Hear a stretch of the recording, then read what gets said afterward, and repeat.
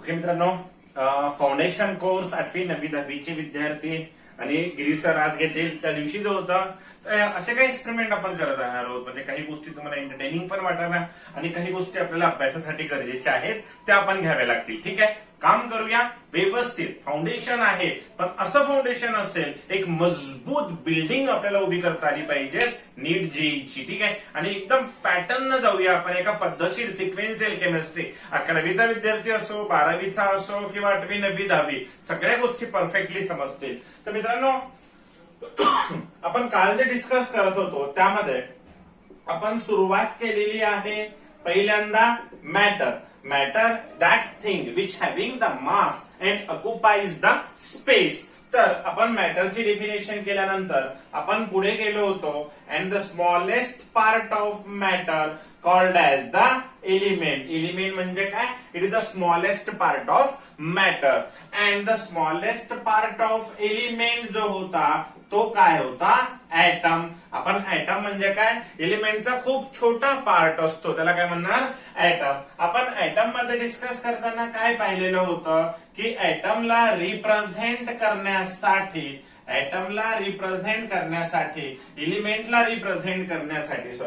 एलिमेंटला जर आपल्याला रिप्रेझेंट करायचं असेल तर आपण काय वापरत असतो? सिम्बॉल वापरत असतो. एक्झाम्पल साठी सोडियमला Na, पोटॅशियमला K, ऑर्गॉनला Ar, कॅल्शियमला Ca, निकेलला Ni, फेरसला आयर्नला Fe यूज करतो. तसं त्याला आपण काय म्हणणार?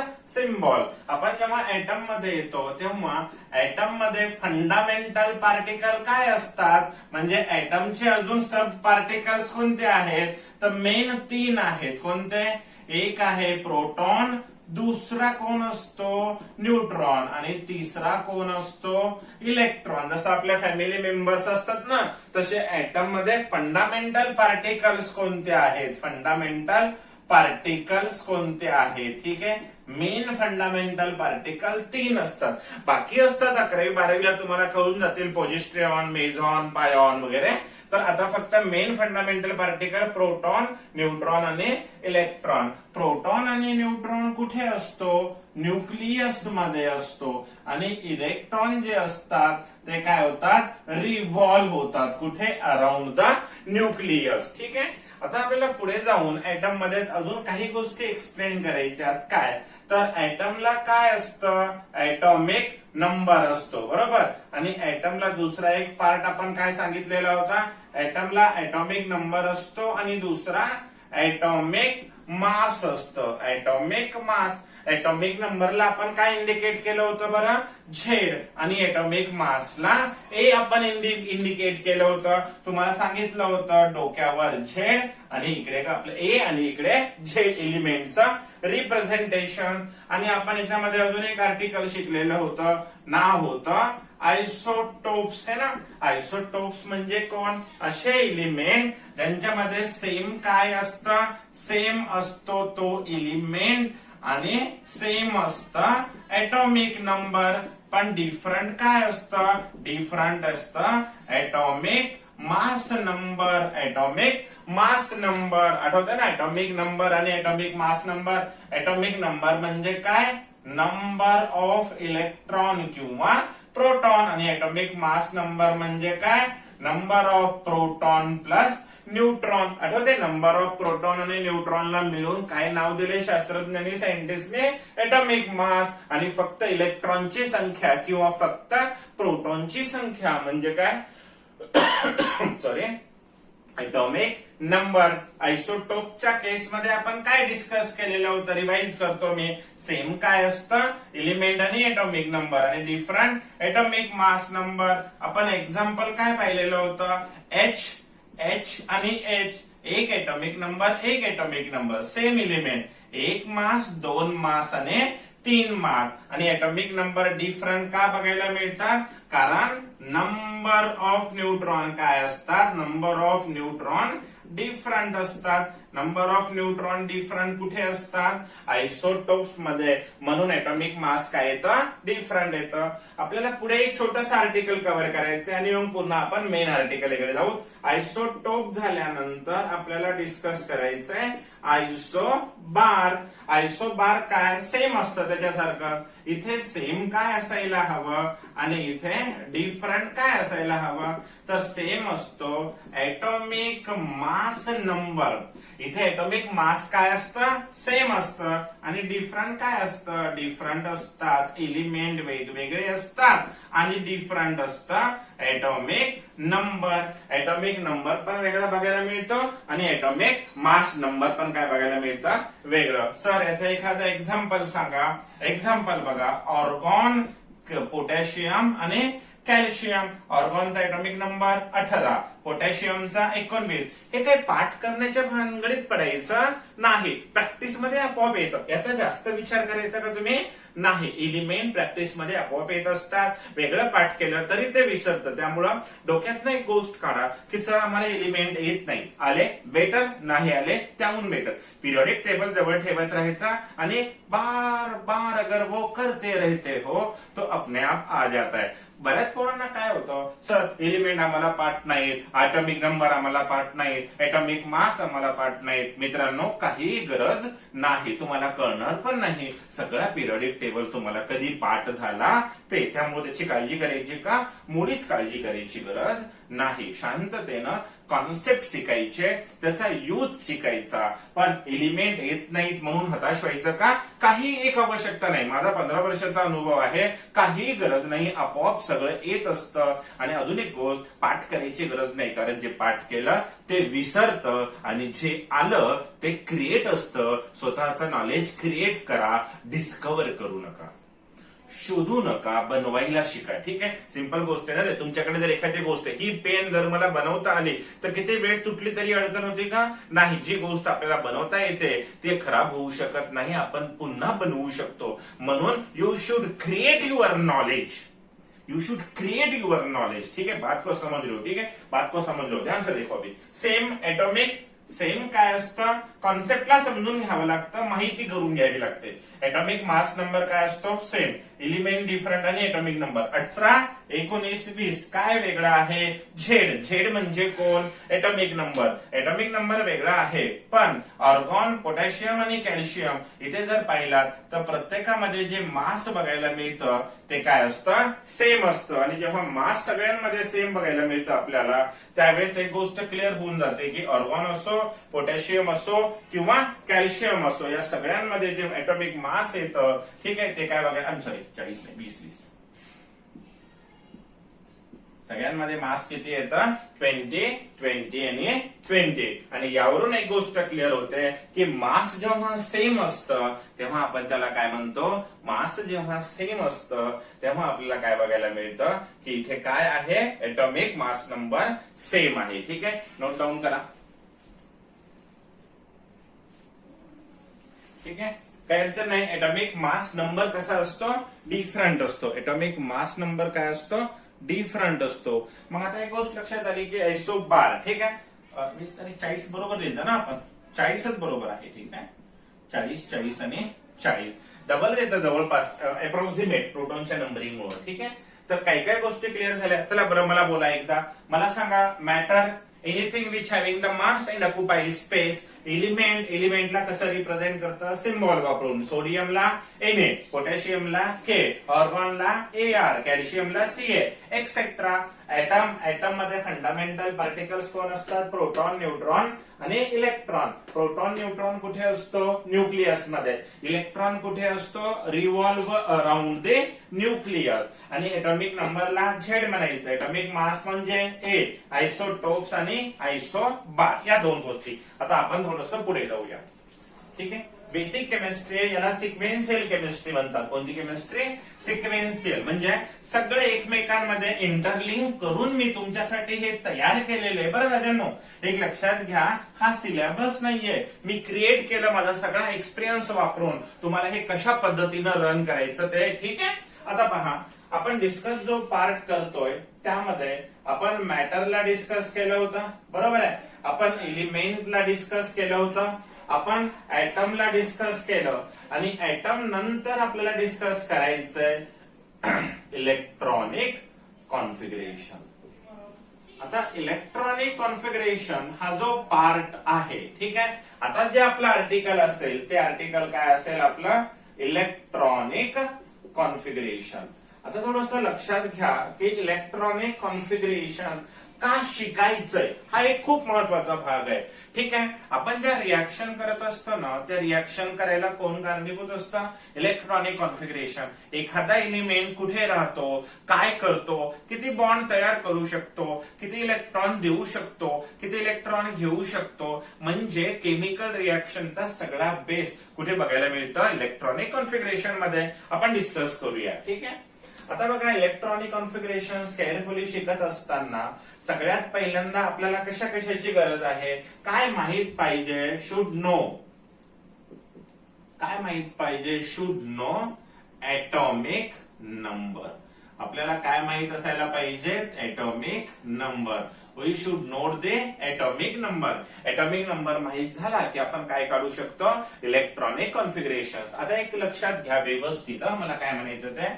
तर आपल्याकडे ना आता जसं 8वी 9वी 10वीला जे इलेक्ट्रॉनिक कॉन्फिगरेशन असतं ते मेन सेल. आता काय म्हणायचंय सरांना, तर हा आहे न्यूक्लियस, बरोबर.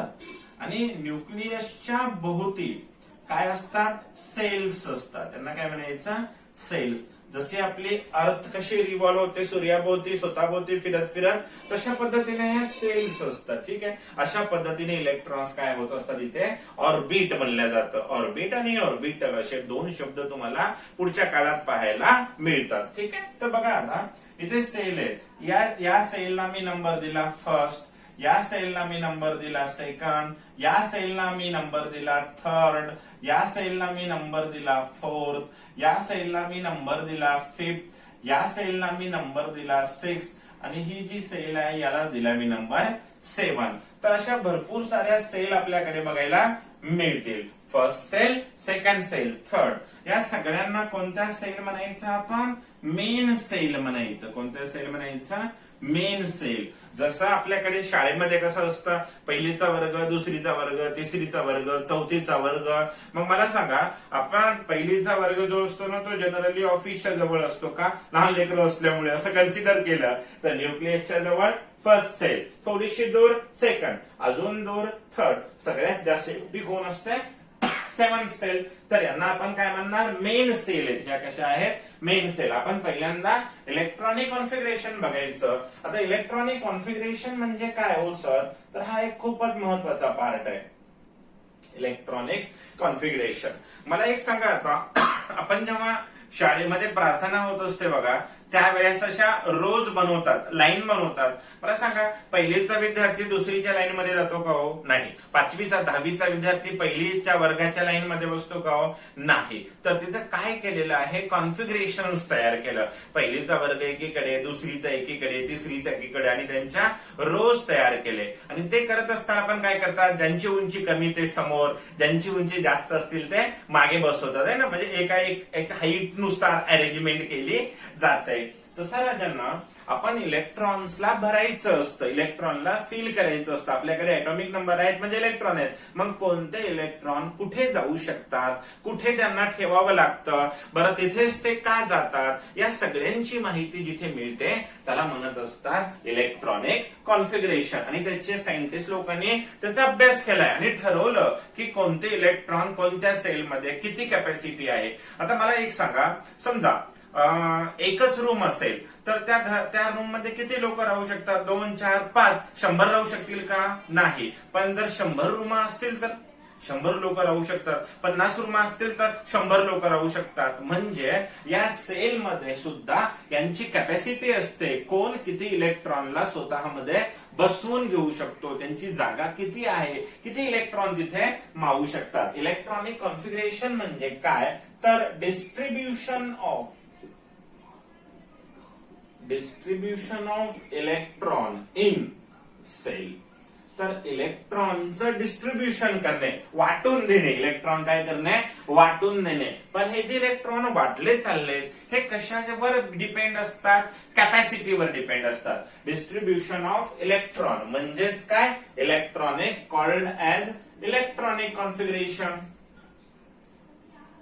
आता डिस्ट्रीब्युशन ऑफ इलेक्ट्रॉन जे आहे, डिस्ट्रीब्युशन ऑफ इलेक्ट्रॉन आहे ते इलेक्ट्रॉनिक कॉन्फिगरेशन कशावर डिपेंड आहे, इलेक्ट्रॉनिक कॉन्फिगरेशन कॅपॅसिटी ऑफ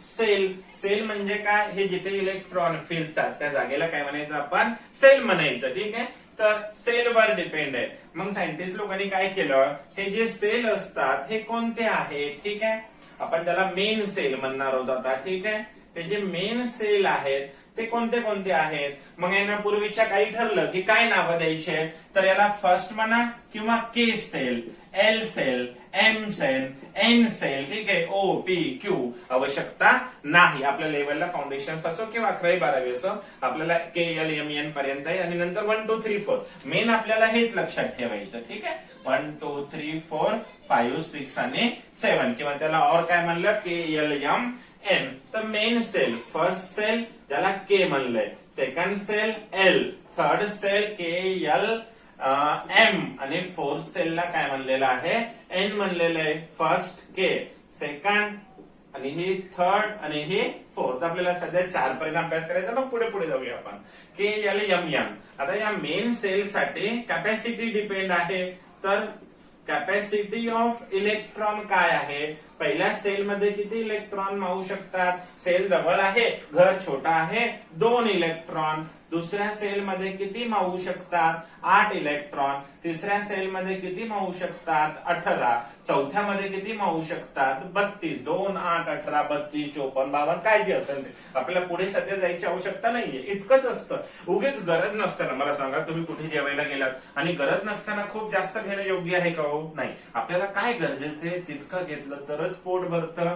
तसं आपल्याला किती गरजेचं आहे तितकं शिकलं तरच त्या गोष्टीचं इम्प्लिमेंटेशन करता येतं, वापरता येत असतं. गरज नसताना ओझं सांभाळायचं का. एखाद्या गावाकडे चाललात आणि गरज नसताना, समजा आता सिंपलची गोष्ट आहे, तुम्हाला गावाकडे जायचं तर आपण काय घेणार, आपल्याला लागणारे कपडे, आपल्याला लागणारा पैसा, एखादी बॅग, बरोबर आहे. पण आपण हातामध्ये 1 किलो साखर, अर्धा किलो गोड तेल घेऊन जातो का गावाला कोणाच्याही, नाही. आपल्याला ते जड वाटतं. तसं आपल्याला ज्या गोष्टी गरजेच्या आहेत त्या पहिले व्यवस्थित शिकून घ्यायच्या, मग ते सगळं आल्यानंतर बाकीच्या गोष्टी आपोआप काय होत असतात, येत असतात. त्यामुळे घाबरायची गरज आहे का, नाही. आपल्याकडे इलेक्ट्रॉनिक कॉन्फिगरेशन म्हणजे काय, इलेक्ट्रॉनला कशा पद्धतीनं वाटायचं, डिस्ट्रीब्युशन करायचं. आणि मग इलेक्ट्रॉनिक कॉन्फिगरेशनला ईसी म्हणलं मी.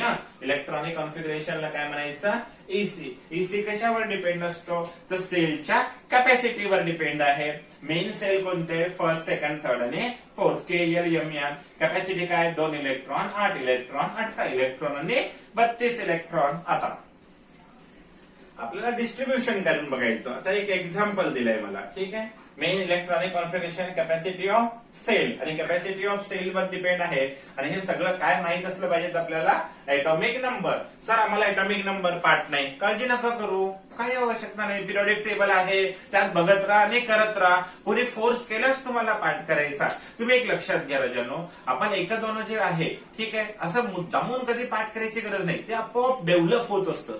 पहिली दुसरी तिसरीला पाठ केलं, पण नंतर आता पाड्यांची गरज पडते का, आपण तयार करू शकतो की नाही पाडे, तशा पद्धतीनं हे आपोआप येतं. याची जास्त टेन्स घेऊन काम केला तर मेन गोष्टी दूर राहतात. ठीक आहे, आता पहा एक्झाम्पल. आणि आम्ही सांगत राहतो तुम्हाला आपोआप पाठ होतात. पिरियडिक टेबल सुद्धा आपण सगळा पाठ करून घेऊ शेवटी, पण सध्या आवश्यकता नाही. ठीक आहे, आता इकडे पहा, आपल्याला दिलेला आहे हायड्रोजन. हायड्रोजन कडे एकच आहे ना, झेड किती, झेड म्हणजे काय, एटॉमिक नंबर. मग त्याचा इलेक्ट्रॉन फक्त कशामध्ये जाईल, 1. त्यानंतर हेलियम दिला, एटॉमिक नंबर किती, 2. पहिल्या सेलमध्ये किती बसतात, 2. ही सेल कोणती, फर्स्ट सेल, 1 इलेक्ट्रॉन, फर्स्ट मध्ये 2. त्यानंतर लिथियम 3. पहिल्या 2 पेक्षा जास्त बसतात का, नाही. मग इथे एकूण इलेक्ट्रॉन किती होते आपल्याकडे, 3 होते. 3 पैकी 2 ठेवले. आता उरलेला 1 कुठे गेला, दुसरी सेल, तिसरी सेल आणि चौथी. तर पहिल्या सेलमध्ये काय आला, असं थोडस एस लिहूत. ठीक आहे, तर हा इथे कोण आहे, 1. तर इथं 1 इलेक्ट्रॉन, इथे किती आहेत, 2 आणि याच्यामध्ये किती इलेक्ट्रॉन्स आहेत आता 3, म्हणून इकडे 2 आणि या दुसऱ्या सेल मध्ये काय आला 1. पहिल्या सेल मध्ये 2 नंतर 1. इथे समजा आता मला सोडियम दिला, एटॉमिक नंबर किती आहे 11. 11 मध्ये आपल्याला आता इलेक्ट्रॉन वाटायचे.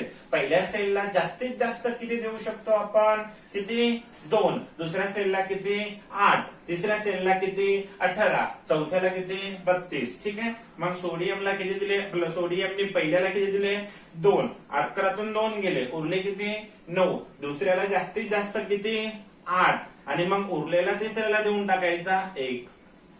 2 8 1 असं लिहितात. 2, 8, 1. ठीक आहे. समजा मला इथं दिलेलं आहे ऑर्गॉन. ऑर्गॉनला किती असतात 18. किती 18. मग आता इकडे काय करायचं आपल्याला, तर पहिल्यात किती बसतात 2. दुसऱ्यात किती बसतात उरलेले 8.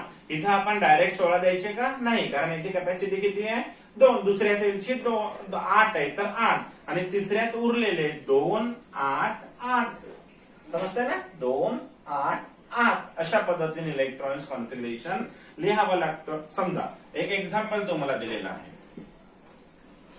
एक्झाम्पल तुम्हाला काय दिलं, एक्झाम्पल मध्ये सांगितलं त्यांनी फिर Fe दिला आणि एटॉमिक नंबर 9. मग काय करणार 2, 7 7 8 9. पहिल्यात 2 दुसऱ्यात 7. समजा तुम्हाला कॅल्शियम दिला 20 तर काय करणार, पहिल्यात 2 दुसऱ्यात 8. 8 9 10 गेले. तिसऱ्या म्हणजे 10 ठेवायचे का नाही, किती 2 8 8. आता तिसऱ्या मधला प्रॉब्लेम का चालू होतो ते मी तुम्हाला आता थोड्या वेळाने शिकवतो कसं असतं ते बघा. 2 8. आता आपल्याला वाटतं की इथं डायरेक्ट किती बसायला पाहिजे 10 बसायला पाहिजे. डायरेक्ट किती बसायला पाहिजेत आपल्याला वाटतं 10, पण ते तसं लिहित नाही. 2 8 8 आणि 2 असं लिहिलं जातं. इथं तुम्हाला घाबरल्यासारखं झालं की काय बाबा सोड हे काय केलं. ठीक आहे. तर हे सगळं कशावर डिपेंड असतं माहितीये का, सबसेल वरती डिपेंड आहे. 2 8 8 आणि 2 अशा पद्धतीने लिहावं लागतं. मी सांगतो आता पुढे पुढे अजून कळत जातं. सध्या इथपर्यंत कळालं का, हळूहळू ना तुम्हाला कळणार पण नाही की तुम्हाला हे सगळं परफेक्ट कधी झालं. ठीक आहे. इथे डाऊट आहे म्हणून मी असा सिम्बॉल काढला बघा, घाबरून गेला जातो बापरे सर हे कसं आलं असं. ठीक आहे. आता इलेक्ट्रॉनिक कॉन्फिगरेशन काय, इलेक्ट्रॉनचा डिस्ट्रीब्युशन काय माहित असायला पाहिजे, एटॉमिक नंबर. इलेक्ट्रॉनिक डिस्ट्रीब्युशन कशात करतात, सेल मध्ये. कोणत्या सेल आहेत, फर्स्ट सेकंड थर्ड आणि फोर्थ. फर्स्ट मध्ये माहिती आहे, सेकंड कसं, फर्स्टची कॅपॅसिटी किती 2 इलेक्ट्रॉन, सेकंडची किती 8 इलेक्ट्रॉन, थर्डची किती 18 इलेक्ट्रॉन, फोर्थची किती 32 इलेक्ट्रॉन. आता आपण पूर्ण प्रगत फाउंडेशन शिकतोय ना, तर मग higher knowledge lower to higher सगळं शिकायचं असतं. आता थोडं लक्ष द्या व्यवस्थित आणि तो प्रश्न आपल्याकडे तसाच राहणार आहे. आता पहा, हे झालं मेन सेल, ह्या झाल्या मेन सेल आणि याची कॅपॅसिटी. आता मी इकडे अजून एक काम करणार आहे. आपल्याकडे सबसेल असतात. सर म्हणजे एक्झॅक्टली काय म्हणायचं, आता हे समजा एक घर आहे. ठीक आहे. हे एक घर आहे. या घरामध्ये हे एक घर आहे. ठीक आहे. हे एक घर आहे. घर म्हणजे मेन सेल. पण या घरामध्ये किती रूम आहेत, 1 2 3. या घरामध्ये एकच, या घरामध्ये 1 आणि 2. घर म्हणजे मेन सेल आणि घरामध्ये असणाऱ्या रूम्स म्हणजे सबसेल. मेन सेल म्हणजे घर आणि घरात असणाऱ्या रूम्स म्हणजे काय असते, सबसेल. तर आपण आतापर्यंत आपण काय केलं होतं, त्या घरात किती माणसं राहतात, पहिल्या घरात किती, घर म्हणजे मेन सेल, पहिल्या घरात किती 2, दुसऱ्या घरात किती 8, तिसऱ्या 18, चौथ्या घरामध्ये किती 32. तसं सबसेल. आता त्या घरामध्ये जे माणसं आहेत त्याच्यामध्ये जाऊन बघायचं की कोण कोणत्या रूम मध्ये किती आहेत, है ना, कोणत्या रूम मध्ये किती. तुम्ही आता सगळे घरी आहात म्हणजे तुमचे फॅमिली मेंबर जेवढे आहेत ते म्हणजे मेन सेलची इलेक्ट्रॉनची संख्या. पण कोण बैठकीत आहे, कोण किचन मध्ये आहे, कोण बेडरूम मध्ये आहे. ठीक आहे. कोण स्टडी रूम मध्ये, तुम्ही कुठे आहात स्टडी रूम मध्ये. तसं आता बघा सबसेल कोण कोण असतात, तर आपल्याकडे जे सबसेल असतात त्यांची आपण लिस्ट करून घेऊ. एक एस नावची सबसेल असते, एक पी नावची असते, एक डी नावची असते आणि एक एफ नावची असते. आपल्या पिरियडिक टेबल एक ब्लॉक पर्यंत असतो ना तसं एस पी डी एफ. लगेच आपल्याकडे यांची कॅपॅसिटी किती आहे, याची कॅपॅसिटी असते 2 इलेक्ट्रॉन. ही एस नावची सब सेल, पी नावची सब सेल, डी नावची सब सेल आणि एफ नावची सब सेल. एस मध्ये किती कॅपॅसिटी ऑफ इलेक्ट्रॉन आहे? कॅपॅसिटी ऑफ इलेक्ट्रॉन किती? 2. पी ची कॅपॅसिटी किती? 6. डी ची कॅपॅसिटी किती? 10 आणि एफ ची कॅपॅसिटी किती? 14 इलेक्ट्रॉन. ठीक आहे. पहिल्या घराची कॅपॅसिटी किती? 2. आणि पहिल्या सबसेल एस ची किती? त्यांची नावं दिलेली आहेत, एस, पी, डी आणि एफ. ठीक आहे. मेन सेल कोण आहे ते आपण पाहिलं आणि सबसेल पाहिलं. ठीक आहे. मेन आणि सबसेल हळूहळू आपण व्यवस्थित डिस्कस करूया. आता लक्ष घ्या, 2 इलेक्ट्रॉन, 6 इलेक्ट्रॉन, 10 आणि 14 इलेक्ट्रॉन. आता बघा, आपल्याकडे जे मेन सेल आहेत, ठीक आहे, इथे लिहितो मी मेन सेल. तर मेन सेल कोण? फर्स्ट, सेकंड, थर्ड आणि फोर्थ. आता पहिल्या सेलची कॅपॅसिटी किती? 2 आणि एस मध्ये किती बसतात? 2 इलेक्ट्रॉन. म्हणून आपण असं लिहिणार आहोत. आता केअरफुली बघा, खूप सोपं असतं, काळजी मुळीच करू नका. तर पहिल्या मेन सेल मध्ये फक्त कोणाचं घर असतं? यस नावचं घर असतं. कोणाचं? यस नावचं घर. आता एक गोष्ट लक्षात घ्या, आपल्याकडे सोसायटी असतात बघा, ठीक आहे, आणि सोसायटीमध्ये कसं असतं, सगळ्यांचा एक आराखडा काय असतो? फिक्स असतो. ठीक आहे. सगळ्यांचे घर फिक्स. मग कोणी काय करतं? वर थोडस कोणी एक रूम काढतं, कोणी वर काय करतं? 2 रूमा, कोणी नुसतं स्लॅब टाकून ठेवतं, है ना. तर मेन जो असतो साचा, ठीक आहे, सगळ्या सोसायटीचा स्ट्रक्चर कसं असतं? सेम. तसं या ठिकाणी यस प्रत्येकामध्ये हे आले पाहिजे कॅपॅसिटी नुसार. तर मला सांगा, याच्यात यस मध्ये 2 इलेक्ट्रॉन गेले, S2 म्हणजे 2 इलेक्ट्रॉन. कुणाची यस? पहिल्याचे यस नावचे सबसेल. त्यात किती इलेक्ट्रॉन? 2 इलेक्ट्रॉन. आता याच्यामध्ये पी येऊ शकते का? नाही. का? कारण कॅपॅसिटी 2 होते, 2 ला 2 इलेक्ट्रॉन कुठे मावले? यस मध्ये. ठीक आहे. मग याला विचारलं मी, तर याला म्हणे स्ट्रक्चर काय सर? म्हणलं स्ट्रक्चर म्हणजे काय म्हणायचं? तर म्हणे यांना जसं तुम्ही 1s दिला होता, तसं याला काय द्यायचं? मग 2s. काय द्यायचं? 2s. दुसऱ्याची यस सबसेल. पण एस मध्ये किती इलेक्ट्रॉन मावतात? 2. एस मध्ये किती? 2. मग दुसऱ्याची कॅपॅसिटी किती? 8 इलेक्ट्रॉन. पण गेले किती? 2. उरलेले 6 कुठे बसतात? पी मध्ये. म्हणजे 2p6. काय म्हणायचं? 2p6. समजलं ना? पुन्हा एकदा सांगतो. एसची कॅपॅसिटी किती? 8 इलेक्ट्रॉन. आपल्याला डिस्ट्रीब्युशन करत असताना काय करायचं? दुसऱ्याच्या एस मध्ये 2 इलेक्ट्रॉन, दुसऱ्याच्या पी मध्ये 6 इलेक्ट्रॉन. का बरं सर? एकूण किती होते? 8.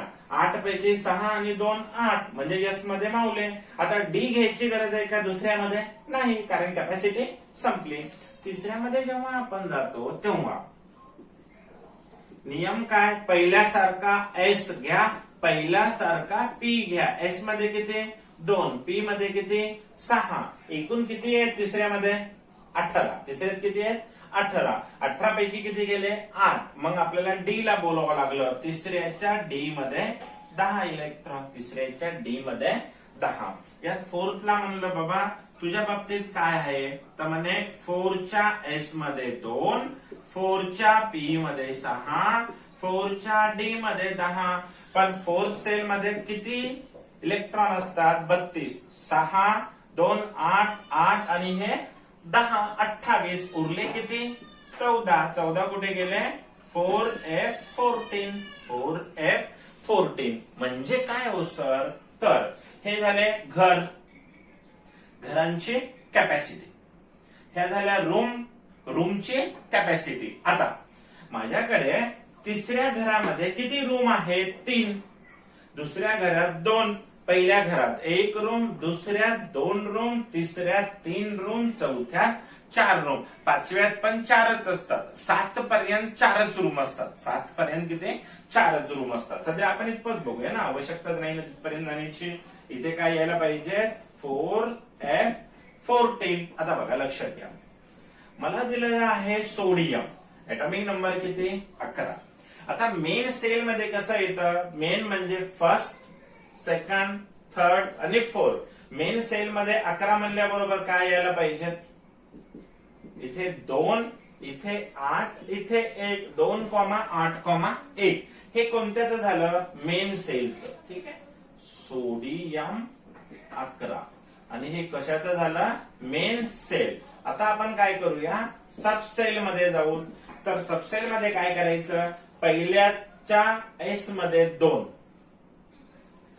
दुसऱ्याच्या एस मध्ये 2, दुसऱ्याच्या पी मध्ये 6, 6 2 8, फर्स्ट सेकंड, आणि तिसऱ्याच्या एस मध्ये एकच उरला. 2 कॅपॅसिटी आहे पण आपल्याकडे आहेत का इलेक्ट्रॉन, नाही, म्हणून एकच लिहिला. अजून एक आपण करू तिथे. थोडीशी प्रॅक्टिस केली ना की छान जमून जाईल तुम्हाला. सध्या हा पार्ट लक्षात आला, मेन सेल आणि सबसेल. मला सांगा दुसऱ्यामध्ये कोणते कोणते सबसेल आहेत, एस आणि पी. तिसऱ्यात कोण आहे, S P D. S P D naught down करा.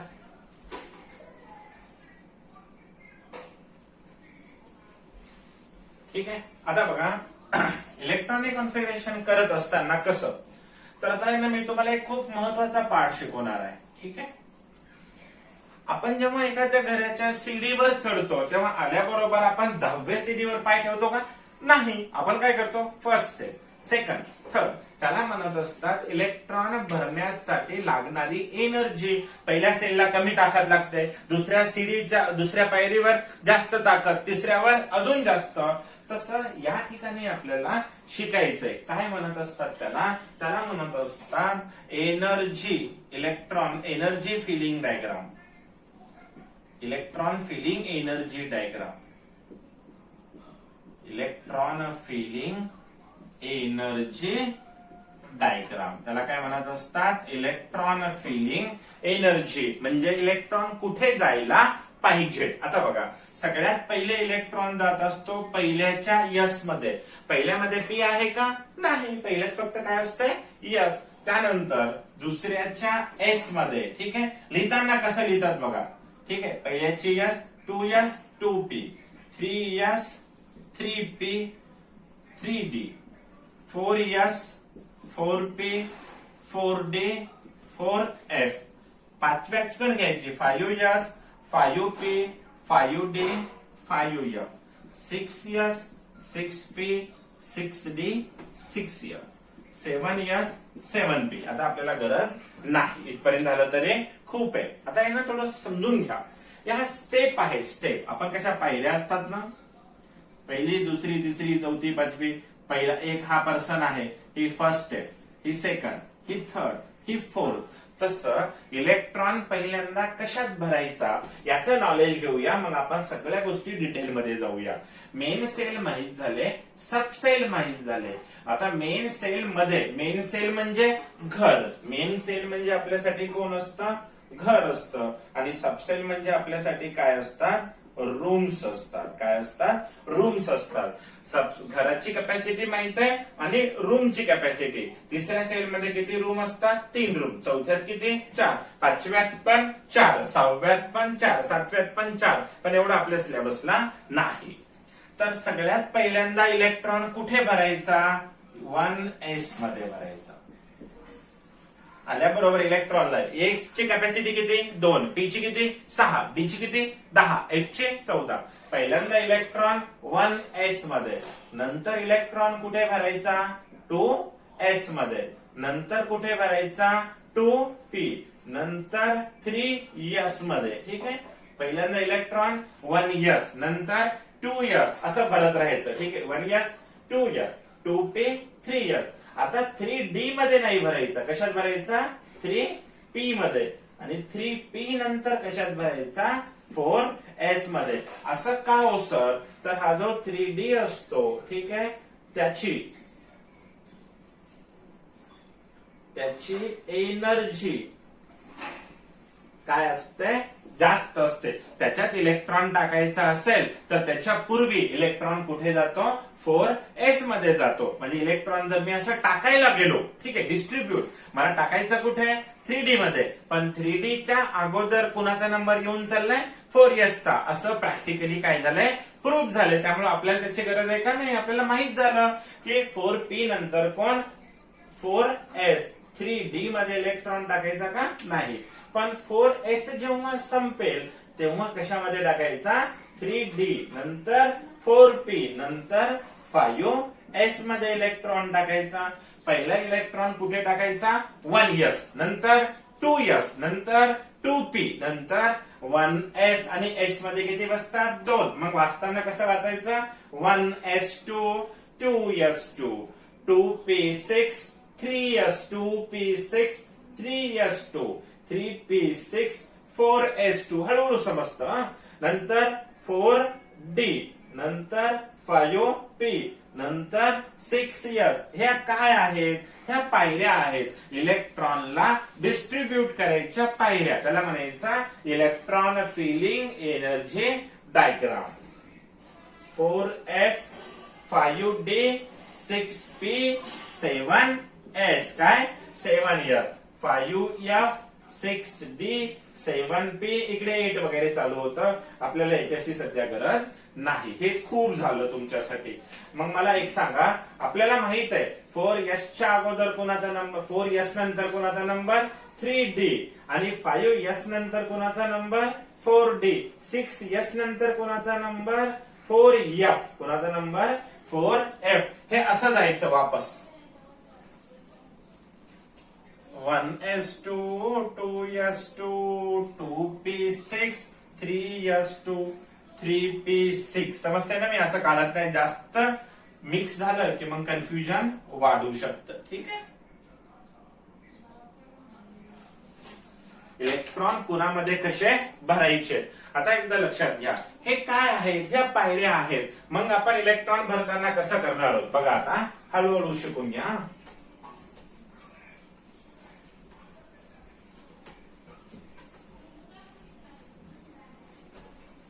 आता एक गोष्ट लक्षात घ्यायची, आपण एक एक्झाम्पल पाहिलं होतं कॅल्शियम एटॉमिक नंबर 20 आणि मेन सेल साठी काय होतं एटॉमिक नंबर 20 असताना मेन सेल मध्ये जेव्हा आपण इलेक्ट्रॉन भरतो 2,8,8,2 असं सांगितलं होतं. 8 10 10 10 20 ही पहिली सेल, ही दुसरी सेल, ही तिसरी सेल आणि ही चौथी सेल. बरोबर आहे. तर तुम्ही असं का केलं, तिसऱ्यात तर 18 बसतात पण तुम्ही 8 का लिहिलं. आता बघा, आपण जेव्हा सबसेल पाहतो तेव्हा पहिल्यांदा कशात इलेक्ट्रॉन 1s2 नंतर 2s2 नंतर 2p6 2 आणि 2 4 आणि हे 6 10 इलेक्ट्रॉन आपल्याकडे आहेत किती 20. 20 पैकी 10चा आपण डिस्ट्रीब्यूट केलं. पहिला कुठे 1s2 नंतर 2s2 नंतर 2p6. आता अजून उरले, मग 2p नंतर कुणाचा नंबर 3s 3s2 3s नंतर कुणाचा नंबर 3p6 थर्ड. आता 3p नंतर कुणाचा नंबर 4s आणि म्हणून इथे लिहिलं आपण 4s2. इथे काय लिहिलं आपण 4s2. आता लक्षात घ्या राजांनो, ही कोणती सेल मेन मध्ये पहिली, ही first cell first main cell, ही सेकंड मेन सेल. बरोबर. First main cell second main cell, ही कोणती थर्ड मेन सेल. मग याच्यात पहिल्यात 2 दुसऱ्यात 6 2 8 तिसऱ्यात 6 2 8 आणि चौथ्यात 2. तर मेन सेल वरून आपल्याला अशा पद्धतीनं कॉन्फिगरेशन करता येतं. अजून आपण डिस्कस करूया. मला एक स्टँडियम नावाचा एलिमेंट दिला, ज्याचा एटॉमिक नंबर किती आहे 21 आहे. किती आहे 21. आता लक्षात घ्या कसं काढायचं असतं इलेक्ट्रॉनिक. इथं झिंक देतो म्हणजे तुम्हाला अजून सोपं जाईल. झिंक एटॉमिक नंबर आहे 30. कसं काढायचं सर. ठीक आहे. तर आता याचं येते 2,8,18 असं लिहित आहे. 18 19 20 आणि सॉरी इलेक्ट्रॉनिक 2 8 18 32 ना 18 आणि 8 म्हणजे आपण असं काढून बघू. तिकडे बघा 1s2 2s2 2p6 3s2 3p6 4s2 3d10 3d10. आता बघा याच्या फर्स्ट मध्ये किती 2, सेकंड मध्ये किती 8, 6 2, थर्ड मध्ये किती 6 7 8 आणि हे 10 18 आणि इथे किती. समजलं ना कसं असतं ते, कारण थर्ड थर्ड थर्ड 18 झाले, हे झाले 18. म्हणजे हे जर आलं तर हे कन्फ्युज होता का नाही, याची गरजच नाही, आपल्याला हे आलं पाहिजे. ठीक आहे, आपण थोडीशी प्रॅक्टिस करूया आता. याच्यात इलेक्ट्रॉन कसे भरायचे लक्षात घ्या. इलेक्ट्रॉन कसे भरायचे, पहिल्यांदा 1s2 2s2 2p6 3s2 3p6 4s2 3d10. म्हणा बरं माझ्यासोबत. 1s2 2s2 2p6 3s2 3p6 4s2 3d10 4p6 5s2 4d10 5p6. S मध्ये किती 2, पी मध्ये किती 6, डी मध्ये किती, डी मध्ये 10, एफ मध्ये 14, 14 एलिमेंट्स बनवतात. ठीक आहे, आता इकडे बघा आपल्याला क्वेश्चन दिलाय calculate detail electronic configuration of. एक दिलाय फ्लोरीन एटॉमिक नंबर 9, दुसरा दिलाय तुम्हाला कॅल्शियम एटॉमिक नंबर 20 आणि तिसरा जो तुम्हाला दिलेला आहे या ठिकाणी ऑर्गॉन एटॉमिक नंबर. ऑर्गॉन घ्या किंवा मग याला इथे घेऊ आपण. एक फ्लोरीन दिलेला आहे, दुसरा तुम्हाला देऊ अल्युमिनियम 13 आणि इकडे तुम्हाला दिलेला आहे ऑर्गॉन 18 आणि कॅल्शियम दिलेला आहे 20. आता बघा पहिल्यांदा 9 आहे, पहिल्यांदा 1s, एस ची कॅपॅसिटी 2, नंतर 2s2 1s2 2s2 2p6 पण आपल्याकडे किती आहेत 9, त्यामुळे p मध्ये 6 बसतात का नाही, किती मावतात फक्त 5, 4 आणि 5 9. इकडे 13 1s2 नंतर 2s2 नंतर 2p6 नंतर 3s1 आणि 3s2 आणि नंतर 3p1. कस काय असतं 2 2 4 6 10 11 12 आणि 13. याच्यामध्ये 2 2 6 2 2 2 6 2 6 2 10, डी मध्ये किती 10. इकडे 1s2 2s2 2p6 3s2 आणि इकडे 3p6. 18 आहेत, 18 झाले, नसते तर कमी. इकडे 1s2 2s2 2p6 3s2 3p6 पण 3p नंतर कोण येतो 4s2 घेऊन येतो 4s2. लिहून घ्या व्यवस्थित.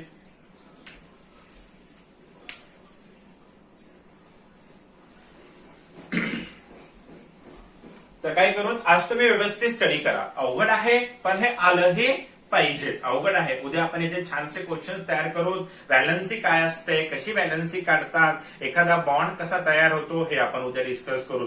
घरी राहा, व्यवस्थित अभ्यास करा, पद्धतशीरपणे काम करूया. ठीक आहे, एकदा जाता जाता अजून काळजी घ्या, घरच्यांची काळजी घ्या, तुम्ही काळजी घ्या. उद्या आपण छानसं रिवाइज करूया. ठीक आहे, थँक्यू सो मच.